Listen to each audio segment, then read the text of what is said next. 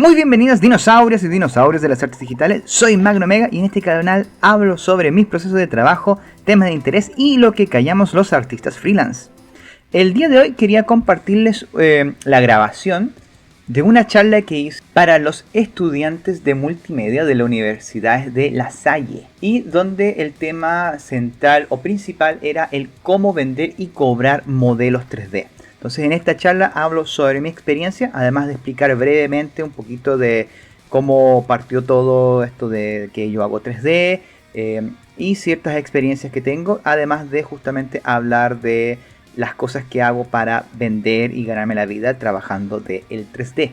Así que además de eso les quiero compartir cómo hice esta escultura de cavernario, ¿sí? Así que durante el proceso de la charla va a estar mostrándose entonces el proceso de trabajo de esta escultura que hice.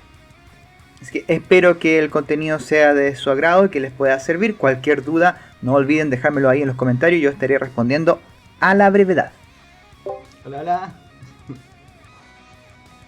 Hola, hola. Hola, buenas tardes. Hola, Ya podemos dar inicio a la plática. Recordarles que las preguntas al final de la plática y dentro del canal de texto de preguntas. Bueno, te doy la palabra, Hugo. Muchas gracias. Primero que todo, gracias por invitarme, la verdad. Es un tremendo honor, la verdad, poder compartir parte de mi experiencia, de las cosas que he hecho durante este tiempo. Y bueno, primero que todo, presentarme. Mi nombre es Hugo Espinosa. Soy animador o modelador 3D. Hace más o menos unos ya 13, 14 años que más o menos me dedico a trabajar en esto de los diseños de personajes y todo lo que tiene que ver con lo digital. Y bueno, es algo que me apasiona desde niño que me llamaba la atención desde, bueno, las series de anime que me marcaron profundamente cuando partí en el tema de la ilustración, el diseño de los personajes, estos mundos. Y después se mezcló con el tema de los videojuegos. Entonces fue ahí una explosión que vino y esto es lo que me gustaría a mí realizar. Por suerte tuve el apoyo de mi familia y en cierta medida también se dio de que en mi país, acá en Chile, se empezó justamente en el año como 2004. Apareció la carrera de animación digital, una carrera que es completamente rara o nueva y que en verdad no faltaba mucho todavía que pulir en el sentido de lo que se enseñaba, lo que se hacía, pero sin embargo era tremendo logro poder por lo menos meterme en algo que fuese como parecido a lo que yo quería en ese sentido.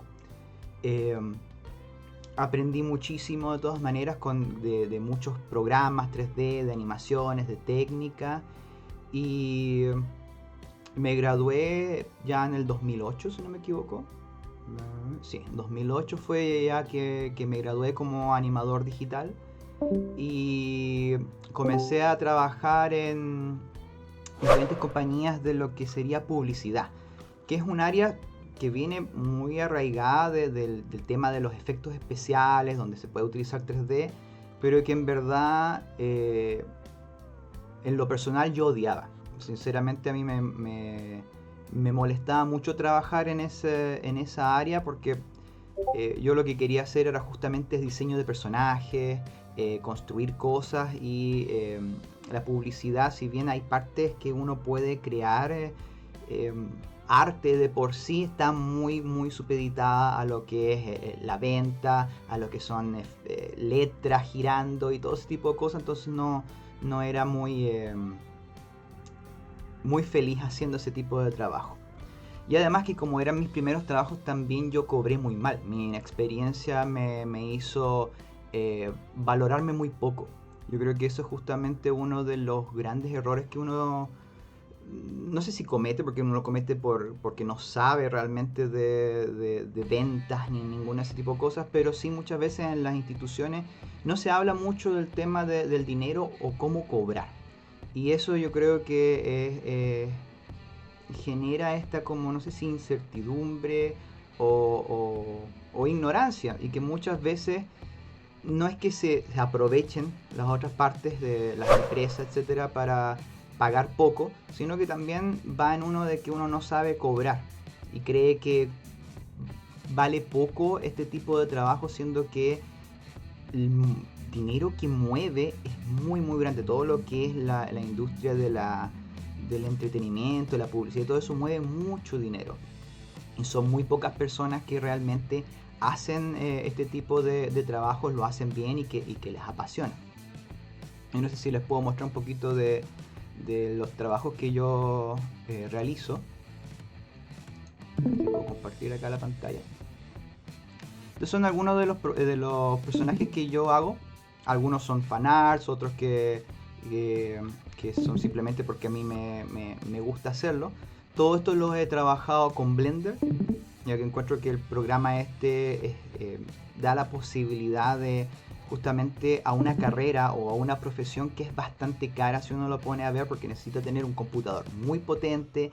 Si uno trabaja de forma independiente, también pasa de que si uno utiliza otro tipo de software, digamos 3D Max, Maya, sin contar si uno hace animaciones, que tiene que editar los videos, si uno ve todo, la suite completa, son miles de dólares que uno puede gastarse solamente en el material que uno necesita para poder trabajar.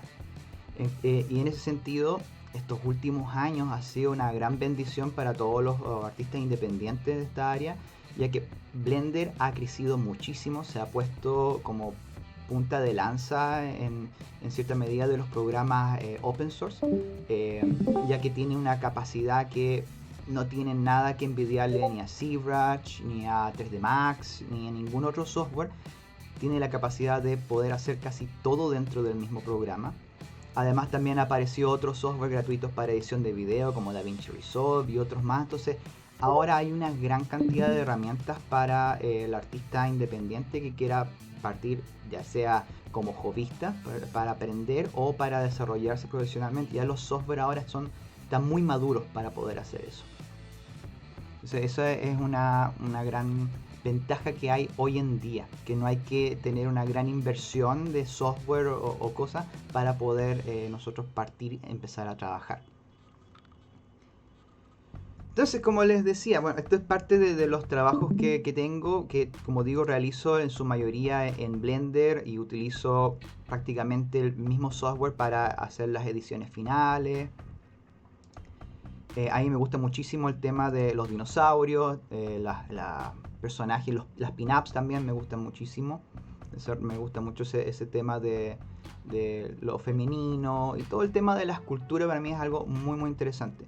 Normalmente dentro del trabajo cotidiano yo no hago tantas esculturas, sino que hago más que nada personajes 3D que sean para animación o para videojuegos. Eso es más que nada por lo que general yo trabajo. O también para algunas empresas independientes de videojuegos, haciendo muchas veces iconos o el arte de ciertos personajes. Ahí voy pimponeando normalmente, pero siempre dentro del área de la creación de personajes. Obviamente esto, cuando yo salí de mi carrera, como les decía, yo primero partí trabajando en lo que sería publicidad, y ahí no tenía nada que ver de artístico. O sea, hay una idea del arte, pero está muy supeditada a la venta. Y también pasaba algo, a mí personalmente no sé si la palabra es me molesta, pero sí me siento acomplejado en el sentido de trabajar en un lugar, estar ahí muchas horas trabajando, de repente que no se valore el tiempo de trabajo y que tenga que estar haciendo horas extra, o que simplemente tenga que estar ahí cumpliendo horarios, siendo que yo ya terminé mi parte del trabajo. Eso siempre es algo que a mí siempre me ha molestado del trabajar de manera asalariada o en una compañía ahí presencial. Gracias a lo que yo empecé a trabajar también como profesor después de salir de estudiar, me permitió también poder ir soltando de trabajar en lugares asalariados y empezar ya a moverme más por el mundo del freelance. Que el freelance es justamente poder trabajar en ciertos proyectos y en los horarios que yo establezco o que yo me puedo manejar. De hecho, les quería mostrar este mapa mental. Es una ensalada gigante, pero más que nada acá una parte que me interesa es el tema de acá de lo que es el freelance.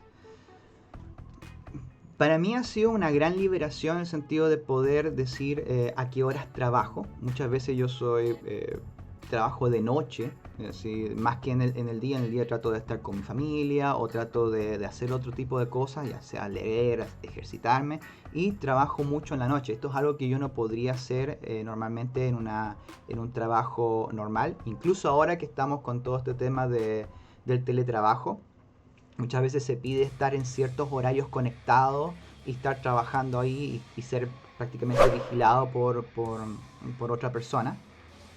En cambio acá con el tema del freelance, yo tengo mi flexibilidad horaria. Ahora, un gran error que de repente uno cae con el tema del freelance, que siempre dice, oh, la libertad de tu horario, puedes hacer lo que quieres, puedes trabajar desde la piscina si lo deseas, o en la playa. Y eso no es tan cierto. O sea, definitivamente creo que si me pongo a pensar en el tema de las horas que yo trabajo mucho más horas que si estuviera trabajando de manera dependiente. De hecho, hay veces que trabajo 14, 15 horas y no me doy cuenta. Estoy tan metido dentro del tema de producir y estar avanzando que no me doy cuenta y no hay nada que me diga detente. Aún así yo trato de tomarme mis tiempos, etcétera, y es algo que he estado trabajando los últimos meses, ya que de hecho tuve que tomarme un mes completo de descanso porque no me había dado cuenta hasta dónde me había llegado a quemar con el tema de tanto trabajar. Y otro problema grande que tiene el trabajar de manera independiente es que si uno no es organizado, si uno no genera la autodisciplina de terminar ciertas cosas todos los días, se genera también una gran incertidumbre a fin de mes, porque a diferencia de trabajar con una persona o con una empresa que cada fin de mes a uno le dan un cheque con su dinero, acá no hay nadie que le vaya a entregar el cheque. Es uno mismo el que tiene que buscar a los clientes, hacer las ventas, trabajar. O sea, es uno el propio jefe, y eso puede ser también agotador en el tiempo, pero también es muy satisfactorio. O sea, cuando uno ya llega a un punto y ya se tiene ese training o ese ejercicio de experiencia, finalmente uno puede darse ciertas libertades, ciertas cosas que normalmente dentro del trabajo tradicional o dependiente de otra persona no se podría hacer. Entonces, a largo plazo encuentro que ser freelance, al menos para mí, ha sido una gran libertad, porque he podido ver crecer a mi hija. Ella tiene ya 6 años y he podido estar todo su desarrollo completo, y encuentro para mí eso es una bendición. No sé, eso no lo hubiera podido hacer con otro tipo de trabajo. Y ahora lo más complicado, eso sí, es el tema de cómo cobrar. Si no hay nadie que me está diciendo cuánto voy a ganar, ¿cómo puedo yo cobrar entonces? ¿O cómo puedo vender mi trabajo? Una de las cosas que yo aprendí con el tiempo y que después fui agregando más cosas, fue que para poder yo hacerme un sueldo como freelance, primero tenía que sacar todo lo que eran mis gastos personales. Digamos acá, por ejemplo, lo que es luz, agua, comida, calefacción, vestimenta, arriendo y todo lo que uno gasta normalmente. Más si uno ha contraído alguna deuda, por ejemplo, de consumo o de estudios, etc. Todo eso hay que sumarlo y sale un resultado. Ese resultado va a ser todos nuestros gastos que nosotros hacemos, o con lo mínimo dinero que nosotros necesitamos para poder vivir mes a mes. Eso fue una de las cosas como básicas a la hora de poder saber cuánto debo cobrar por mi trabajo, es sumar todos mis gastos. Además de eso, con el tiempo también aprendí, tratando de formarme, leyendo, porque yo este tipo de cosas yo no los conocía. Yo empecé a buscar por internet, a buscar información, a leer libros sobre finanzas personales, que creo que es una materia que debería ser enseñada en todas instituciones, desde que uno está en el colegio hasta que sale, uno saber cómo poder invertir dinero, el tema del ahorro y todo ese tipo de cosas son sumamente importantes, sobre todo para alguien que es independiente. Esto también va para las personas que están asalariadas, que están trabajando a alguien. También es sumamente importante el tema de la inversión y el ahorro. Poder ahorrar el 10% de lo que uno gane, eso va a servir muchísimo, porque con el tiempo, ese 10% que se va generando un hábito mes a mes, uno puede ir creando lo que se llama un colchón financiero. Y ese colchón financiero es una pequeña reserva económica en caso de que a lo mejor el próximo mes o me pueda enfermar, o directamente me quemé con el trabajo, o no hay clientes, o pasa cualquier cosa. Voy a tener ese dinero que por lo menos me va a sustentar el mes ese que yo ahorré. Lo ideal sería guardar de 6 meses a más, porque eso ya directamente hace que la cabeza se relaje, ya es un peso menos. Es como, vaya, si no tengo trabajo en los próximos 6 meses, no, tengo ese dinerito ahí en el banco o guardado que me va a servir para seguir adelante y no perder lo que tengo. Y otra cosa que también es importante dentro de estas inversiones es comprar implementos, ya sea para el trabajo. Yo normalmente voy invirtiendo en mi computador, lo voy mejorando. Hace poco hice una fuerte inversión para mejorar mi computador, ya que me estaba quedando un poco chico, lo tenía muy viejo. Entonces tomé parte de esos ahorros y lo invertí en un nuevo computador que me sirve para ganar más velocidad en mi trabajo, y me sirve para ganar más dinero. Al final se convierte en una inversión en mí mismo. Y otra cosa que hago constantemente es comprar libros. Me gusta mucho el tema de la lectura. Es un hábito que lo habré ganado hace 2 o 3 años, no mucho más, pero que me ha cambiado muchísimo la vida, porque he aprendido cosas que no me hubiera imaginado. Me he comprado libros de ventas, libros de neurociencia y un montón de cosas que me ha servido para conocerme a mí, para poder también ofrecer un mejor servicio y saber vender mi trabajo también de una forma más eficiente. Y eso todo ha sido porque he ido invirtiendo en ese tipo de cosas, y también en cursos de formación, ya que uno nunca termina de aprender, ya sea en el área que sea, pero en el 3D siempre está apareciendo que el nuevo Substance Painter, que el no sé cuánto, que acá. Entonces siempre hay que estar ahí aprendiendo, o por lo menos sabiendo hacia dónde va ciertas tendencias, para que no lo agarren frío cuando llegue un trabajo. Entonces eso es sumamente importante para mí, agregar temas de este dinero extra dentro de los gastos y de los gastos contraídos que tengo. Y algo que aprendí, que me enseñó un amigo hace muy poco, que fue también agregar el tema del ocio y la recreación. O sea, muchas veces el poder salir a lo mejor a comer afuera con la familia, o comprarme un juego o alguna cosa que me sirva para recrearme, que me sirva para inspirar también, no solamente para aprender y seguir produciendo, sino también como ser humano, poder inspirarme como me inspiraba cuando niño, cuando veía las series o veía los cómics, etcétera. Seguir ese tipo de cosas y también meterlo dentro de lo que sería un gasto básico, entre comillas, dentro de todo eso.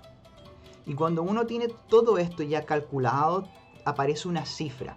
Puede ser más o menos grande, dependiendo de cuánto uno tenga.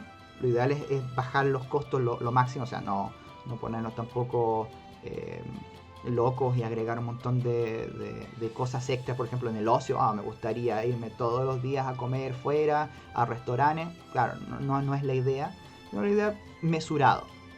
Ya con el tiempo se puede ir agregando cada vez más cosas dentro del ocio y del ahorro. Entonces, teniendo esta cifra, yo lo que hacía era dividirlo en los 22 días laborales, restando los fines de semana, o sea, los fines de semana tratando de no trabajar, y divido esa cifra en los 22 y luego lo divido por las 8 horas que trabajo en el día, que podrían ser de 6 a 8 horas, ahí dependiendo de cómo uno se maneje, y eso generaría como resultado la hora de trabajo, tu valor hora o tu valor hombre que le llaman, y eso sería como el resultado final de cuánto vale tu hora de trabajo. Ahora, ¿de qué sirve tener tu hora de valor de trabajo? Si te piden a realizar, no sé, algún modelado 3D, digamos una arquitectura o lo que sea, y tú más o menos tienes que calcular cuánto tiempo eso te puede tardar. Puede que a lo mejor te tarde una semana, puede que tarde 3 días. Tú tienes que calcular en esos tiempos, el tiempo de realización, las correcciones que te pueda dar el cliente, porque siempre va a haber correcciones por parte de los clientes. Y también hay que integrar dentro de ese tiempo, y eso también lo he aprendido hace muy poco, el tiempo que uno habla con los clientes. El mandar el mail, que responder esto, que no sé qué, eso también es un tiempo y que quita. Pueden ser 1 o 2 horas que puede uno estar mandando mails o conversando con una persona para llegar a un entendimiento, y eso también es parte del trabajo. Entonces, sumando todos esos tiempos, digamos que sale que me demoro 24 horas en realizar todo el proceso, que eso pueden ser 4 días reales. Entonces esas 24 los multiplico por la hora hombre, y ahí tengo más o menos un precio de lo que saldría ese proyecto en particular. Ahora, uno lo puede redondear, uno puede trabajar, ahí ya depende mucho de la persona, pero esa es una base para poder cobrar o partir cobrando cuando uno no está trabajando de manera asalariada. Eso sí, a mí me pasó que en un principio yo utilizaba esa técnica, y con el tiempo me empezó a ocurrir algo que empezó a parecer contraproducente. Cada vez que yo hacía un nuevo trabajo, lo hacía mucho más rápido. Si antes me demoraba 12 horas, después me estaba terminando 8, después me estaba terminando 6, y al final, si yo calculaba mi tiempo de trabajo en base al tiempo que me demoraba en ejecutarlo, terminaba ganando menos. O sea, mi experiencia terminaba valiendo menos dinero. Entonces, cuando empecé a ver ese tipo de situaciones, empecé a cambiar mi modalidad de cómo pedir los trabajos. Empecé a crear por proyecto. O sea, si me piden a mí hacer un personaje, bueno, este personaje, independiente de las horas que me demore, que yo ya más o menos sé cuánto me demoro en eso, que eso es lo importante, y entender cuánto te vas a demorar, yo cobro una base, un cierto precio completo, que es más o menos similar a lo que yo cobraría por hora para un proyecto de 12 horas, pero a lo mejor esto lo puedo hacer en 3. Entonces yo cobro la cantidad esa de 12 horas en los 3. Ahora, la calidad es la misma. Lo que pasa es que yo antes, cuando empecé, me demoraba esas 12 horas, y ahora ya me demoro menos. Entonces trato justamente de hacer esa compensación para no tener que yo al final perder en cuanto a mi precio o mi trabajo. No desvalorizarme yo mismo como profesional en este sentido. Y eso es más o menos lo que yo hago para cobrar dentro de proyectos. Pero hay otra cosita que les quería comentar, que los dejé acá muy muy lejos, que son otros ingresos. En estos otros ingresos existe algo bien interesante, que es acá que muchas veces me han preguntado de que si vale la pena vender modelos 3D en internet, si vale la pena hacer videos, si vale hacer esto. Y aquí es justamente donde entra esta parte, que son los ingresos pasivos. Los ingresos pasivos serían como un trabajo que uno hace y que lo sube a internet o a alguna red, y que si hay una venta va sumando un dinerito, hay otra venta, va sumando dinero, es por goteo. Es una cosa que yo lo trabajo una vez idealmente, y eso se sigue vendiendo en el tiempo, y puede haber meses en donde haya una buena cantidad de ventas, o hay veces que no va a haber nada. Entonces esa es una de las cosas que tiene esto del vender cosas por internet, que no es algo que en un principio sea muy fructífero. O sea, no me puedo hacer un sueldo, al menos yo no he podido hacerme todavía un sueldo vendiendo modelados 3D o haciendo cosas, pero sí me es un dinerito que me llega de repente. Yo vendo personajes 3D en algunas páginas y de repente en un mes se vende un personaje o se venden dos y ese dinero yo lo voy y lo guardo dentro de lo que sería el ahorro inversión. Muchas veces lo convierto en un libro o lo convierto en alguna cosa para el computador. Entonces, lo que uno puede vender online es prácticamente de todo. Todo nosotros lo podemos convertir en algún servicio o algún producto. Desde elementos para juego, personajes, ambientes, materiales. Ahora uno puede vender materiales de Blender o de Substance Painter también, que es un programa muy bueno para texturizar. Texturas, animaciones, cursos online también. Eso últimamente ha sido el boom. También libros, merchandise en general, poleras y ese tipo de cosas. Y todo eso hay un montón de páginas que son gratuitas y que a uno le van dando un royalty y que eso uno lo va ahorrando. Y con el tiempo se puede ir convirtiendo en un pequeño negocito, en un pequeño extra todos los meses que ayuda justamente a paliar de repente las cosas que pasan dentro del freelance, que puede que algún cliente no pague a tiempo o puede que a lo mejor no haya mucho movimiento ese mes, etc. Eso es una cosa muy interesante del tema de los ingresos pasivos, que son las ventas de esto, de elementos 3D. Y también hay otro tipo de ingresos pasivos que uno puede hacer que no tienen que ver con el 3D, que ya son temas de compra de acciones, dividendos, compra de franquicias, ese tipo de cosas que la verdad que no he leído un poco, he hecho algunas cosas por ahí, pero nada muy, muy grandioso. Y otra forma que he visto de trabajar, que también se puede convertir en una forma de vivir, es el tema de las aportaciones, como estas páginas de Patreon, YouTube y esos tipos de canales donde uno presenta cierto material, comparte ciertas cosas y que si a la gente le gusta empieza a donar y empieza también a apoyar estos materiales que uno va generando y se va a generar una comunidad. Eso también se puede convertir en una idea de ingreso pasivo que ayuda justamente a poder, no sé, a pagar ciertos gastos o invertirlo en ciertas cosas. Eso es lo que yo más que nada aprendido en este tiempo y es lo que más o menos estoy haciendo en estos momentos, tratando sobre todo de enfocarme mucho en el tema del ahorro para tener más tranquilidad mental y seguir aprendiendo, que a mí es una de las cosas que a mí me gusta muchísimo, es seguir aprendiendo.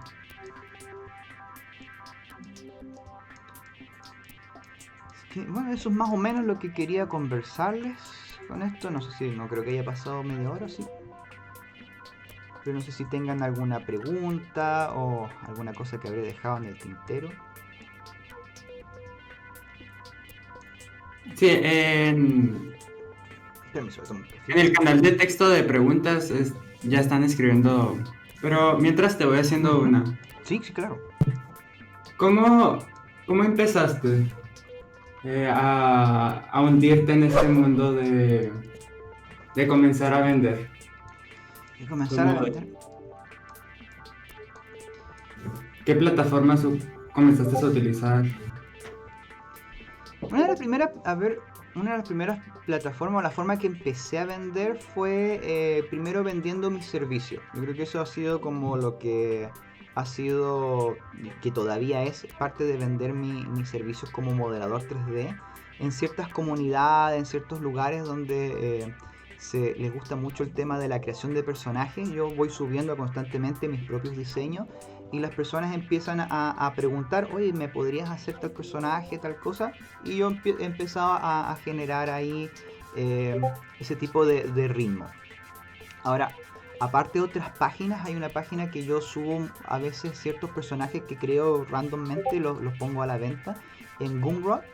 Es una página donde uno puede subir de lo que sea, videos, archivos 3D, textos, PSD, de lo que sea, lo usan artistas, programadores, etcétera, y ahí ha sido uno de los lugares donde más he tenido como ventas de modelados 3D que he hecho.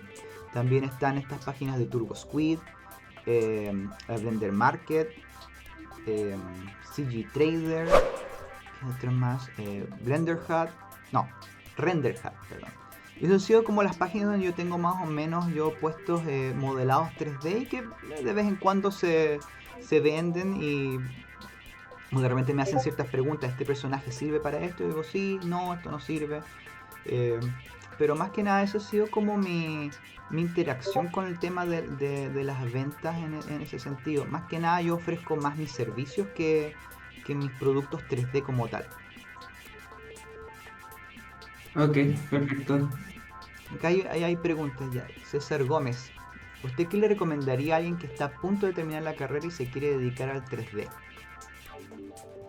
Qué buena pregunta. A ver, ¿qué les recomendaría?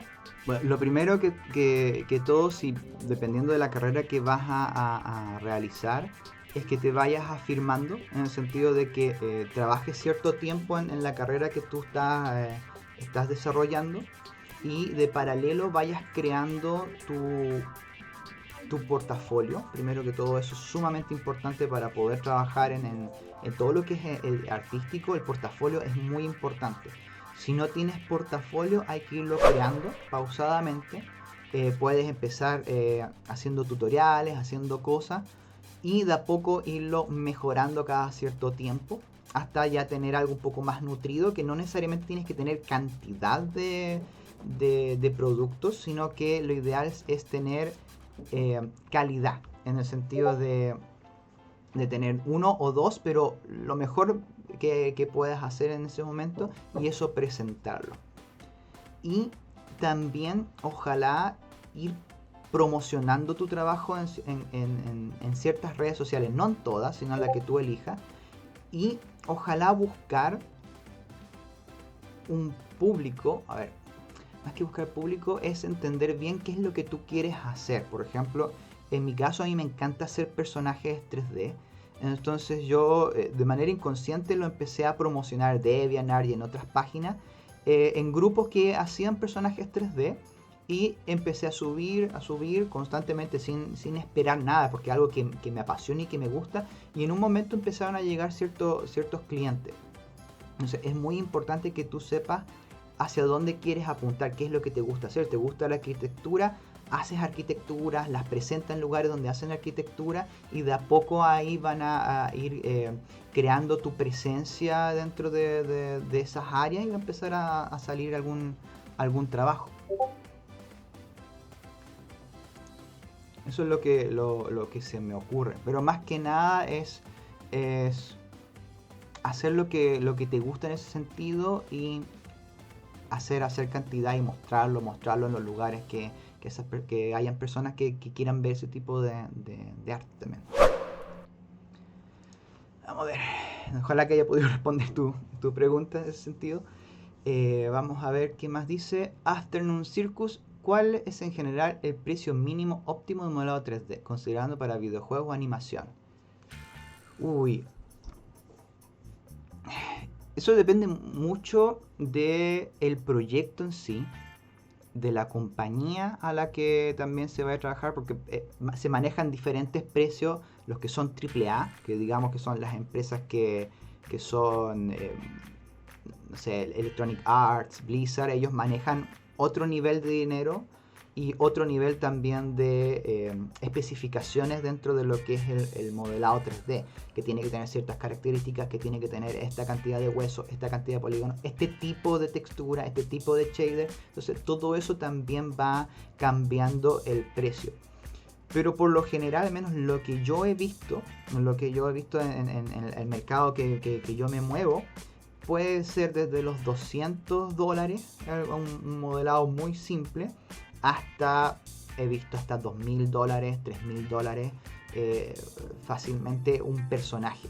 Ahora, ese que es de 2.000 a 3.000 está metido dentro de un engine de videojuegos, con físicas aplicadas, con shader, está listo para llegar y poner en el videojuego, o en el VR chat, o todo ese tipo de cosas. Entonces cada servicio le va agregando un nuevo precio de una forma que uno puede pedir más en ese sentido.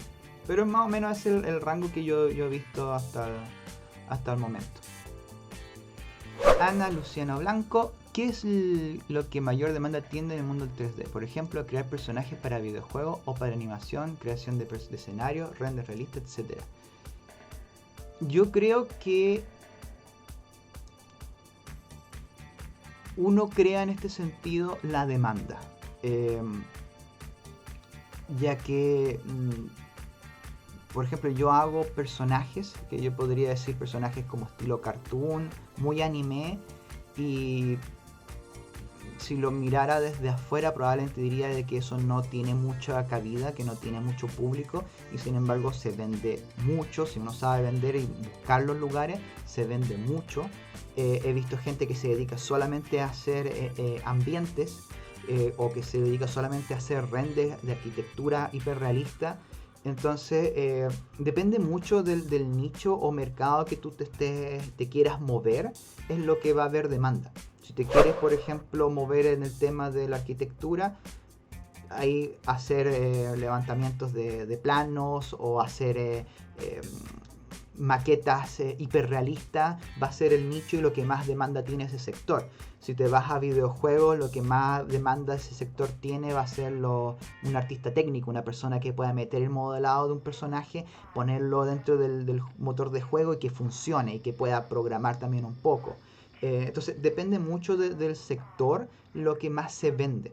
Por eso es importante conocerse uno mismo en ese aspecto para saber qué es lo que yo quiero dedicarme y trabajar en esa área y empezar a buscar dónde se mueven ese tipo de arte que yo realizo y poder de a poco ir entrando en ese mercado. Al menos todo esto son opiniones mías en todo caso, no es que los haya leído o que sepa el gran experto, son todas ideas mías de lo que yo he visto y lo que me ha ocurrido en el tiempo, por si acaso. Uciel pregunta, ¿el modelado 3D es un arte? Hay momentos en que puede ser muy eficiente y momentos en los que no. ¿Cómo mides tu productividad? Ay, qué buena pregunta esa. Sí, hay veces que si el proyecto me inspira, es una máquina. Es como, wow, quiero hacer esto. Sí, pum, pum, trabajando, oh, quiero ver. Y todo te lo tomas con felicidad, te dan un feedback y tú dices, sí, tienes razón, esto va a quedar precioso. Bla, bla, y estás con un ánimo, pero gigantesco. Y hay otras veces de que tú dices, ay, ¿por qué elegí este proyecto? ¿Por qué lo hice? Y estás ahí, le da la larga. Pero al final del día yo creo que lo que a mí en personal me gana es el tema del miedo. O sea, el miedo a no conseguir a final de mes el sueldo que me propongo. Entonces como ya, esto no me gusta, lo tengo que terminar lo más rápido posible y trato de apurarme. ¿Cómo mido mi productividad? Trato de separar todo mi proceso. Por ejemplo, yo tengo mi proceso de lo que es modelado de personaje, lo tengo sumamente estructurado. Primero, el primer día hago un modelo de la cabeza, cuerpo, textura de la ropa, de ahí pongo huesos, etc. Me demoro entre una semana, si trabajara todos los días en el mismo proyecto, me demoraría una semana en hacer ese personaje. Entonces, tengo calculado que dentro de esos días yo tengo que terminar sí o sí este personaje. Entonces, si puedo estar un día que no estoy muy animado, digo, bueno, mañana tengo que hacer dos cosas en vez de una que era, en vez de hacer la cabeza y el cuerpo, tengo que hacer cabeza, cuerpo y textura, por ejemplo. Si un día que no estoy rindiendo muy rápido. Y lo otro es saber escuchar también mi cuerpo. O sea, si ese día realmente no me siento con ánimo, es darme el permiso y descansar. Descansar ese día, a lo mejor ponerme a dibujar mis historias, o leer, o dormir, o salir. Y al día siguiente uno vuelve otra vez con mucho más energía. Entonces esa es una de las gracias que a mí me gusta mucho del freelance. Que si soy ordenado puedo decir, ¿sabes qué? Hoy día no trabajo, estoy reventado. Mañana vuelvo otra vez con toda mi energía. Al menos así yo lo he estado haciendo y me funciona. Hay días en que funciona muy bien y otros días que no, pateando todo el trabajo. Eliud, ¿qué software es el que más recomiendas para ir iniciando en el 3D y renderizador también? Mira, en lo personal recomiendo 100% Blender. más allá de que sea gratis, porque es como el eslogan, oh, Blender es gratis, es porque es poderosísimo. De hecho, yo cuando partí con el Blender, me lo enseñó mi profesor, estaba en el 2.49 creo, o no, más chico todavía. La cosa es que a mí me enamoró que muchos procesos que yo me demoraba semanas en 3D Max, por ejemplo, hacer rig facial y que se movieran un hueso al otro, etcétera, y los pesados de hueso, en Blender eran 2 clics. 2 clics, o sea, lo que me demoraba una semana era media hora en a pintar un poquito, y la velocidad que se gana con los shortcuts, o sea, no sé, para mí fue un programa que me ayudó a justamente a amar lo que me gustaba hacer. Con los otros software fue como, en verdad era asqueroso trabajar, todo problema. En Blender siempre ha sido para arriba y cada vez hay una versión nueva y tiene más tecnología y más cosas. Yo en lo personal también, yo odio el render. Yo lo digo abiertamente, yo odio el tema de esperar el render y ver cómo está cargando la pantalla, etc. No, ahí me gusta todo automático. Soy sumamente ansioso y nervioso, entonces necesito verlo, quiero verlo de inmediato. Entonces yo utilizo mucho el Eevee. Cuando metieron el motor de Eevee, que es real time, o sea, lo que tú ves en pantalla es el resultado final, cuando metieron eso en Blender, mi cabeza explotó y fue maravilloso. Yo me trato de meter muchísimo en eso.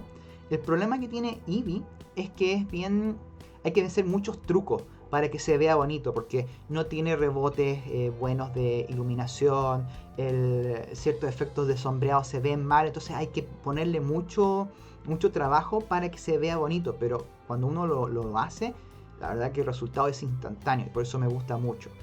Ahora, si quieres hacer render más realista y no quieres tanto pelear con el render, Cycles es sumamente potente, es muy rápido también, muy parecido recuerdo a lo que era este otro programa V-Ray. Antes era rápido, no sé ahora, pero era como el más rápido, era mucho más rápido que Mental Ray en 3D Max. Pero en ese sentido yo la verdad que recomiendo 100% Blender para todo. Y obviamente yo también utilizo Substance Painter para lo que son las texturas. Si bien Blender tiene un apartado de textura y materiales de nodos muy potente, he encontrado que el proceso de trabajo en Substance Painter es maravilloso. O sea, lo que me demoraba antes también un montón de tiempo en hacer en Photoshop y en Blender, lo hago muy rápido en Substance. Entonces también es un muy buen software para tener de compañía ahí en el tema del 3D. Otra pregunta. Guaperra, ¿cómo es el proceso de búsqueda de clientes para contenido no safe for? Miren, ahí las preguntas estas. Muy bien.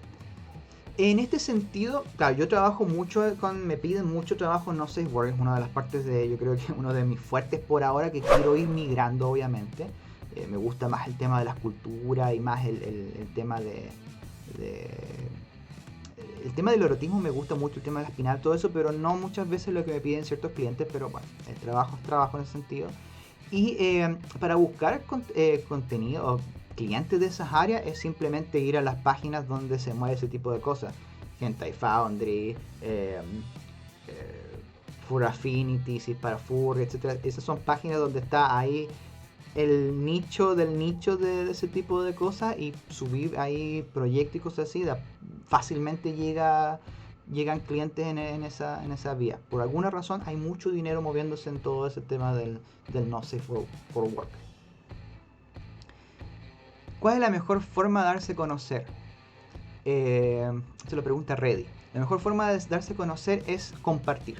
Compartir en todos lados, puede ser en todas las redes sociales que quiera, o elegir una y compartir donde están las personas que les gusta este tipo de arte. Por ejemplo, yo siempre pongo el ejemplo: a ti te gusta la creación de personajes fantásticos, magos, criaturas, así, dragones, etc.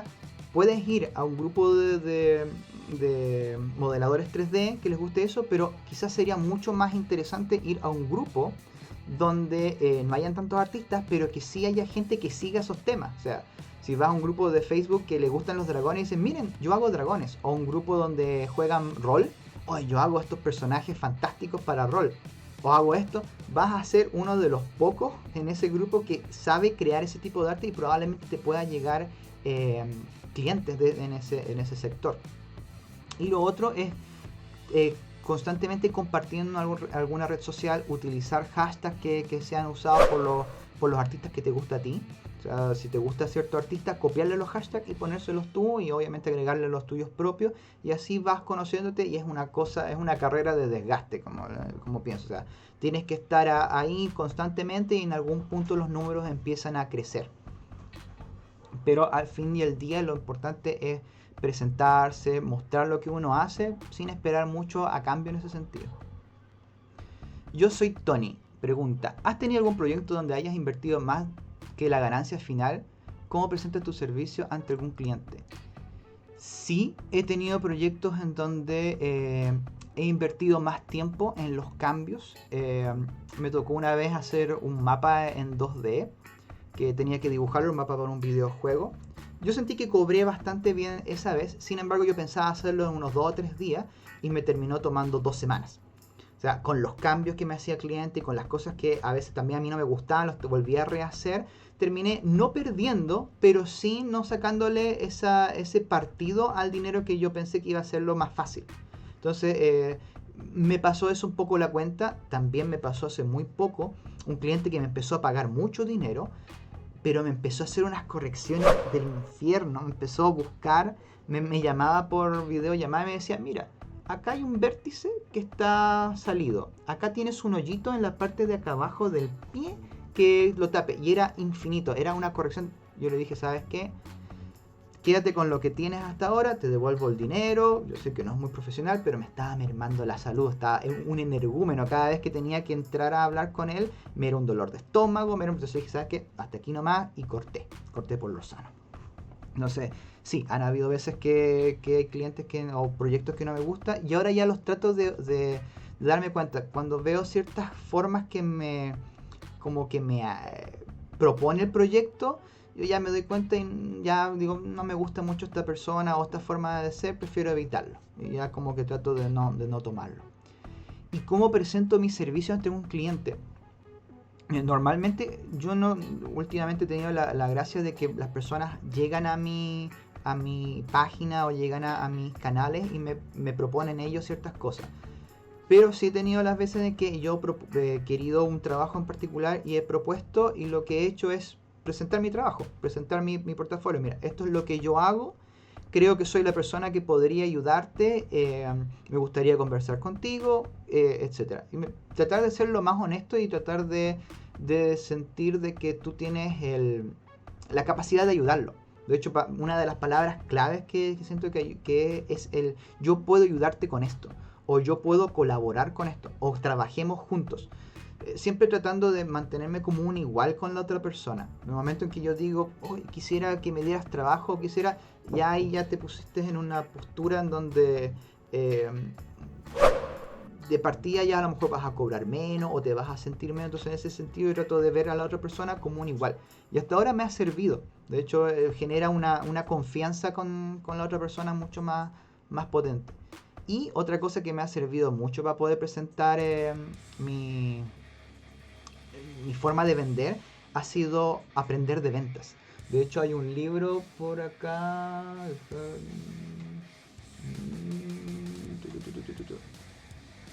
Acá está. Este libro lo encuentro muy bueno. Voy a hacerle promoción acá al señor Brian Tracy. No sé si se alcanza a ver. Tiene el arte de cerrar ventas y tiene un montón de técnicas de venta. Uno las puede adaptar, etcétera. Y la verdad es que sí funcionan mucho de ellas. No por un tema así como de trabajarle la mente y hacerle tonto al cliente. No, es como cómo poder presentar tu servicio de la forma más honesta y que se vea todo lo que tú vas a ofrecer a la persona. Entonces decirle, mira, yo ofrezco todo esto, yo te voy a ayudar y te voy a generar esto.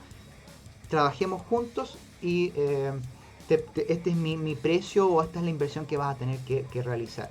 Y hasta ahora me ha funcionado bastante bien, así que si tienen la oportunidad de comprarse este libro o alguno de ventas, se los recomiendo. Brian Tracy es un capo del tema de las ventas.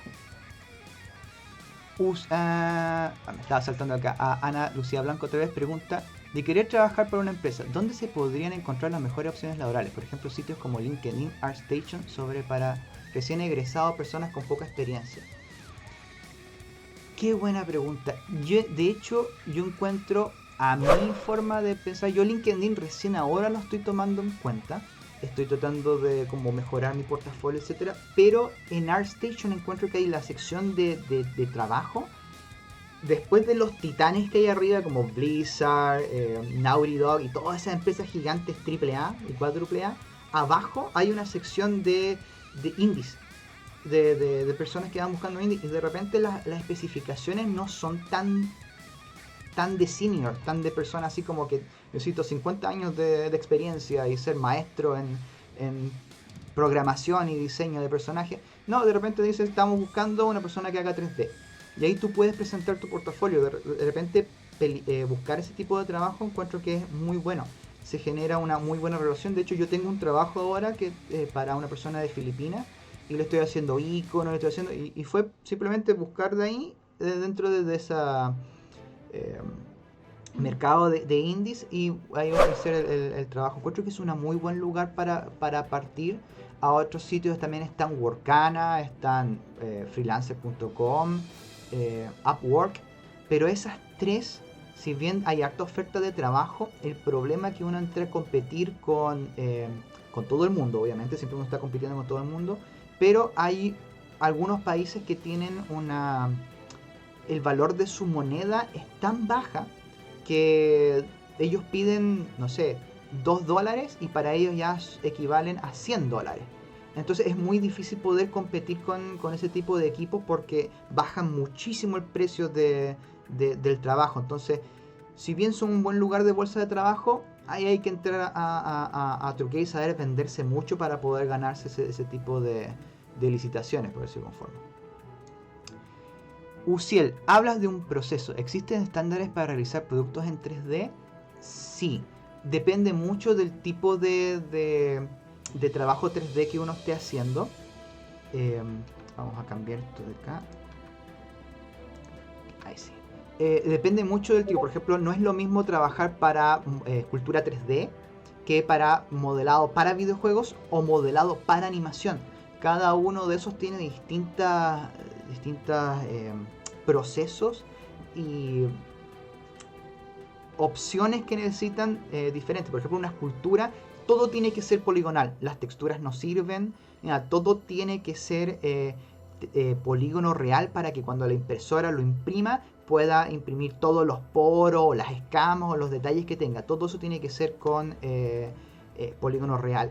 Pero para lo que es videojuego no sirve porque no podría moverse. Necesitamos tener personajes más o menos livianos. Entonces tenemos que crear mapas de normales, crear ciertas texturas, ciertos procesos, tener ciertas maneras de cómo poner los vértices para que el personaje quede con mucho detalle pero sea liviano al mismo tiempo. Y lo mismo pasa para animación, personajes de animación. Ahí tenemos que tener también muy bien trabajados los looks, pero por ejemplo cada una de las ropas va a tener físicas, va a tener otros tipos de implementos que hacen que sean distintos los procesos de trabajo para cada uno de ese tipo de industria. Y obviamente está el AR, realidad aumentada, que también tiene otros procesos y otras cosas. Entonces cada uno tiene un proceso distinto y cada uno tiene sus propios estándares en ese sentido. ¿Qué materiales y métodos usa personalmente para facilitar la creación de los modelados 3D? Referencias, plugins, técnicas y consejos para que empiece el sculpting. Yo trato de utilizar la menor cantidad de brochas posible. O sea, una vez un maestro que tuve de escultura tradicional me dijo: cuando tú partes con miles de brochas y herramientas, y cuando tú ya eres una persona que ya sabe, usas uno o dos que son tus favoritos y el resto no existe. Yo trato de utilizar la menor cantidad de cosas o herramientas extras para trabajar. Tampoco utilizo plugins. Creo que el único plugin que utilizo son el Rigify para ponerle hueso a mis modelados, el Loop Tools o Loop no sé cuánto, que sirve para hacer redondos ciertas selecciones, y sería. No utilizo más add-ons porque en realidad prefiero trabajar todo a mano en ese sentido para yo tener el control de principio a fin dentro del proceso. Y en cuanto a referencias, sí, utilizo muchísimas referencias. Utilizo un programa que se llama Pure Reference, que es gratuito, uno puede aportar también, y que lo bueno que tiene es que uno puede ir agregando una cantidad de imágenes encima una de otra y puede generarse un panel gigante lleno de referencias de distintas imágenes, de distintas partes. Y también utilizo libros de anatomía, por ejemplo, uno de mis favoritos, el Anatomy for Sculptors. Este lo encuentro muy muy bueno porque tiene esquemático mucho de los músculos y de las cosas, y es muy muy muy interesante de ver. De repente lo leo simplemente para aprender cosas nuevas, es muy muy potente. Yo encuentro que tener ahí una mezcla entre libros, cursos también ayuda mucho a mejorar también el rendimiento del trabajo. Kings Knight 15. ¿Cómo uno puede, por así decirlo, conseguir la motivación o quitar el miedo a hacer modelados avanzados? Porque me gustaría poder hacer más modelos y poder mejorar a la vez. Es una muy buena pregunta y creo que parte de la respuesta la diste tú. Es hacer más modelos. O sea, la única forma de ir a hacer modelos avanzados es practicar, es estudiar.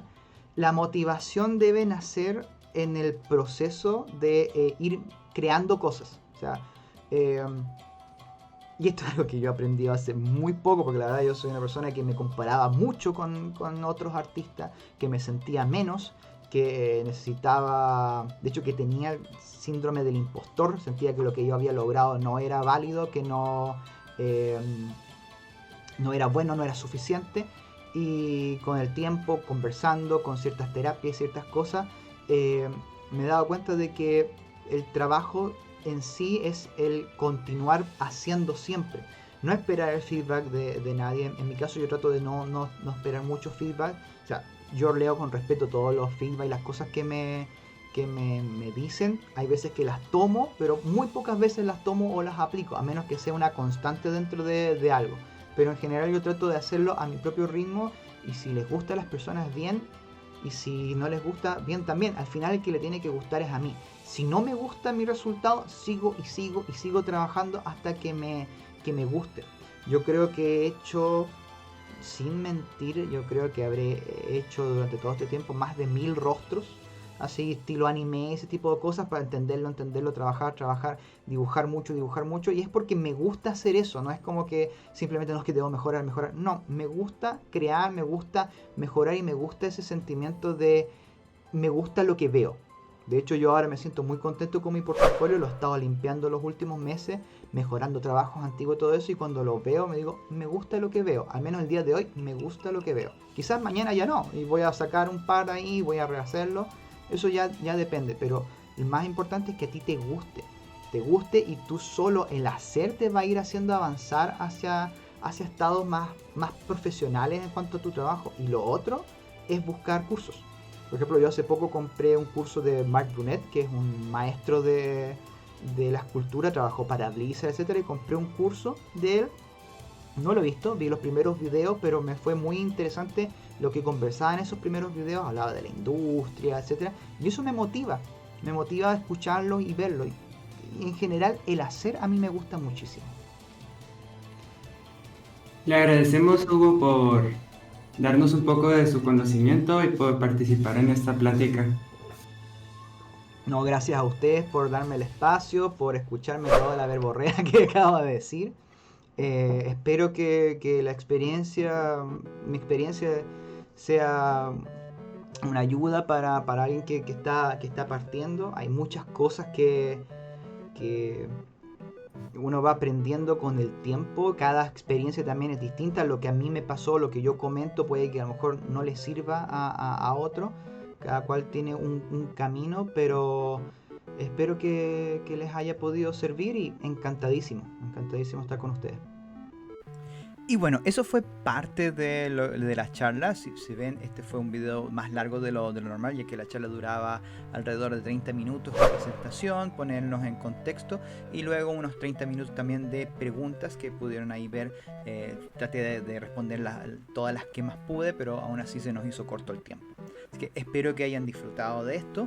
Y bueno, hablando puntualmente del proyecto del cavernario hombre prehistórico, fue muy entretenido de hacer. Esto lo hice justamente para el Sculptober del año 2020, Y el concepto era prehistoric, así que decidí hacer esto.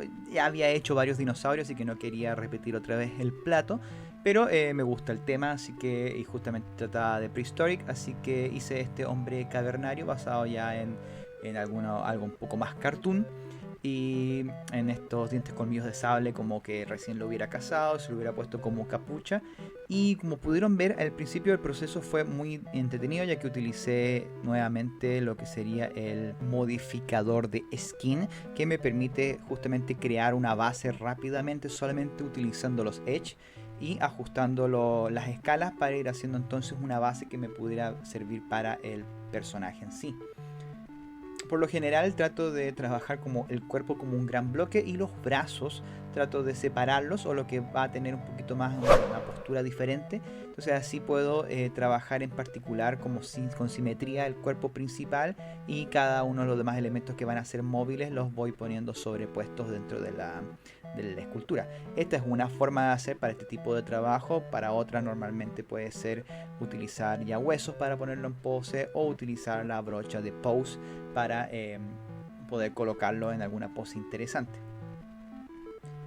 Debo decir que como les digo, me divertí mucho trabajando en esta escultura, ya que tenía bastantes detalles. Esperaba hacer algo mucho más sencillo, quería hacer solamente el rostro, pero siempre cuando parto haciendo este tipo de esculturas me engolosino, me gusta mucho y me dejo llevar demasiado, y terminé haciendo el cuerpo completo de este cavernícola, por lo que me demoré alrededor de unas 4 o 5 horas en hacerlo. Era algo que debía haberlo terminado en 1 hora, pero como les digo, siempre me voy en la locura y me dejo llevar por el tema de la escultura, y le meto más tiempo del que debería. Aunque de hecho una de las cosas que más me tardó fue el tema de los colores. El render final es algo que, por lo que estoy peleando todavía para lograr resultados más interesantes. Jugar con los colores ambientes, jugar con estos colores un poco más ácidos, con mucho contraste. Me gusta trabajar con ese tipo de cosas. Me recuerda, o trato de emular un poco la estética de Dauntless, un juego que es gratuito online, muy parecido a Monster Hunter, pero una versión mucho más simplificada y con una estética muy bonita que a mí me llama mucho la atención. Entonces he tratado de ir jugando un poco con ese juego de colores mucho más fuertes. Yo creo que eso fue uno de los grandes desafíos en este trabajo, ya que el anterior que hice fue el del hongo, estos hongos tóxicos, y no me gustó mucho el tema de los colores que elegí. Así que traté de enfocarme justamente en trabajar esto en esta pieza y en las siguientes que he realizado.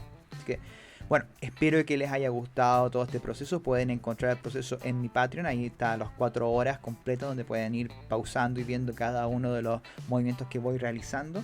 Y también pueden encontrar pequeños tutoriales o cursos de escultura o de modelado que están aquí en mi canal. Normalmente los voy subiendo cada cierto tiempo nuevos videos acerca de estos cursos, así que espero que les haya gustado. Recuerden compartirlo, suscribirse a este canal, y nos estamos viendo en un próximo video. Chao, chao.